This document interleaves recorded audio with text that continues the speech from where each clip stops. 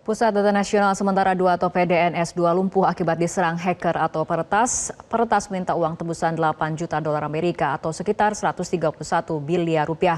Bagaimana nasib data pribadi warga yang diduga bocor? Untuk membahasnya telah bergabung bersama kami anggota Komisi 1 DPR RI, Bapak Sukamta. Selamat malam, Pak Sukamta. Selamat malam. Ya, Pak Sukamta, sejak PDNS2 ini mendapatkan serangan siber 20 Juni lalu sampai saat ini kemudian masih belum pulih sepenuhnya. Padahal kan PDNS ini kan merupakan instrumen strategis sehingga seharusnya memiliki pengamanan yang maksimal. Namun ternyata ini rawan sekali diserang ataupun diretas. Bagaimana Komisi 1 sebagai mitra dari Kominfo ini memantau perkembangan masalah ini? Mbak Fitri, kami dari Komisi 1 ini terus memantau perkembangan kasus bobolnya PDN ini. Kami terus mencari informasi dan berkoordinasi ya, supaya persoalan mitigasinya ini harus secepatnya, server segera dipulihkan, data-data dipulihkan, dan karena unsur PDN ini pengelolaan data pemerintah, baik pemerintah pusat sampai pemerintah daerah seluruh Indonesia. Jadi memang data yang disimpan di server-server PDN ini sangat luar biasa penting ya. Ini memang harus segera diatasi secepatnya. Karena semakin lama ini tidak selesai, maka damage-nya akan semakin besar. Kita tahu data-data ini menyangkut data pemerintahan dan data warga negara. Risikonya bagi pemerintahan juga besar. Selain layanan pemerintahan itu menjadi sangat terganggu, seperti imigrasi kemarin sempat berhenti, servernya tidak bisa diakses kan, data-datanya nggak bisa diakses sehingga terjadi penumpukan di bandara. Nah, kita tidak ingin pemerintahan yang lain itu juga mengalami persoalan yang sama. Yang tidak kalah pentingnya juga adalah data-data warga negara dan juga mungkin data terkait dengan dinamika bisnis yang ada ya. Jadi kita juga ingin selain mitigasinya, ini juga ke depan ada audit kerugian terhadap jebolnya PDN sampai berhari-hari, lebih dari 5 hari ini ya. Jadi diaudit kerugian-kerugiannya apa saja, di mana kerugiannya, dan di samping soal tebusan terhadap si hacker itu sendiri, karena ini merupakan ransomware ya, kata BSSN. Jadi ini persoalan yang sangat penting dan jangan dibiarkan berlalu begitu saja. Kami berharap dari Komisi 1 untuk menangani secara sistematis, dan hari Kamis besok direncanakan Komisi 1 akan memanggil Kominfo dan BSSN, dua pihak yang paling bertanggung jawab terhadap PDN. Oke, baik Pak Sukamta, yang juga menjadi kekhawatiran utama adalah bagaimana kemudian Komisi 1 ataupun DPR juga mengawal agar pemerintah atau dalam hal ini Kominfo dapat menjamin keamanan data pribadi pasca adanya serangan siber di PDNS2 ini. Saya kira kewajiban si pengelola ini untuk mengkomunikasikan kepada pihak-pihak yang dirugikan sesuai dengan Undang-Undang Perlindungan Data Pribadi. Jadi undang-undang ini mewajibkan kepada pengelola data untuk mengkomunikasikan kepada subjek data.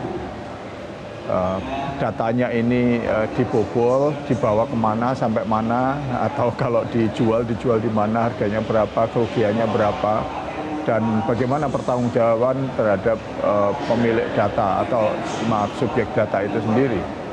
Jadi termasuk misalnya karena ini data-data milik pemerintah, pemerintahan bukan hanya pemerintah, kita juga berharap pengelola data yang sudah berani membuat pusat data dan kemudian meminta semua pihak mengumpulkan jadi satu, ternyata bisa dijebol oleh hacker ini, bertanggung jawab juga terhadap data-data yang dikelola itu, data-data pemerintahan dan juga data-data warga negara. Kita juga kita akan mendalami nanti di komisi kira-kira resiko apakah berhenti pada urusan bisnis, artinya si hacker ini hanya sekedar minta uang saja, atau ini sampai pada data keamanan nasional. Karena misalnya nanti kalau data-data terkait dengan paspor dan seterusnya, itu kan bisa berdampak pada keamanan nasional. Baik, dan Pak juga Sukamta. Berdampak pada pemilik paspor. Ya. Oke, baik Pak Sukamta, PDNS 2 ini kan sudah dilengkapi dengan fasilitas Disaster Recovery Center, tapi kita lihat kecepatan pemulihannya bahkan sampai hari ini masih belum pulih sepenuhnya. Menurut Anda, apakah ini juga menjadi catatan yang harus dijelaskan oleh pemerintah mengenai kecepatan pemulihan pasca adanya sebuah serangan siber ataupun diretas? Ya pasti itu. Kan pemulihan ini tergantung pada banyak faktor. Salah satunya adalah backup file yang mereka miliki. Kalau backup file ini dimiliki dan disimpan secara offline, maka kemungkinan pemulihan akan berjalan lebih cepat ya.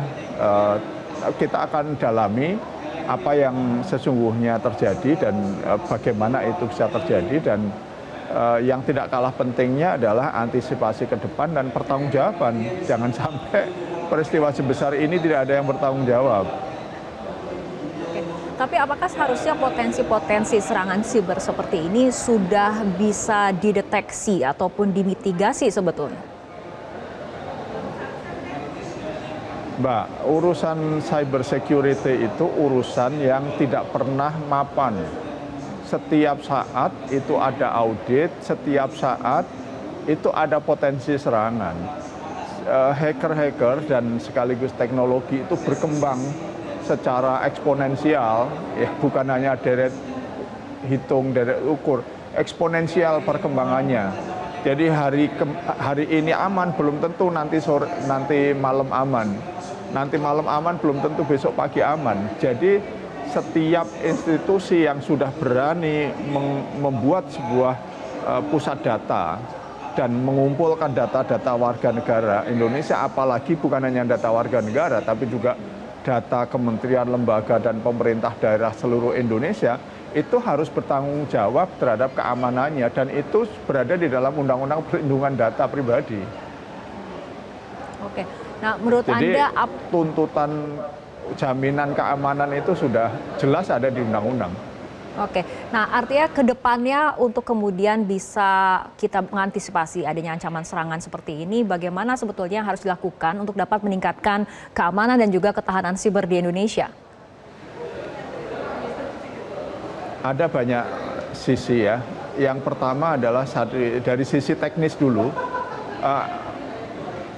harus ada SDM, orang-orang yang punya kapasitas memadai, kapasitas cukup, dalam jumlah yang cukup, dengan anggaran yang cukup. SDM itu nomor satu. Yang kedua adalah policy maker-nya, itu harus memadai. Yang ketiga, koordinasi antar lembaga institusi yang bertanggung jawab terhadap keamanan cyber. Ada Kominfo, ada BSSN, ada Polri. Dalam hal ini, saya dengar Kominfo dan BSSN itu sudah membagi peran. Urusan hardware-nya urusan Kominfo, urusan security-nya semua BSSN.